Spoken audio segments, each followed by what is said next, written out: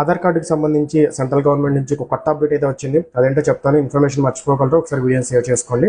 మనకి ఏంటంటే ఎవరైతే లాస్ట్ 10 years నుంచి ఆధార్ కార్డులో ఎటువంటి అప్డేట్స్ చేయించుకోలేదు, మొబైల్ నెంబర్ మారితే మొబైల్ నెంబర్ చేంజ్ చేసుకోవడం కానీ, అడ్రస్ చేంజ్ కానీ, లేకపోతే మీ ఫింగర్ ప్రింట్ అప్డేట్స్ కానీ ఎవరైతే చేయలేదో వాళ్ళు మ్యాండేటరీగా అప్డేట్ చేయించుకోండి. అది మీ సేఫ్టీ కోసం, సెక్యూరిటీ కోసం అని సెంట్రల్ గవర్నమెంట్ ఒక కొత్త జీవో అయితే రిలీజ్ చేసింది. ఇది మ్యాండేటరీ కాదు, బట్ మన సేఫ్టీ కోసం చేయాలి అని చెప్తుంది.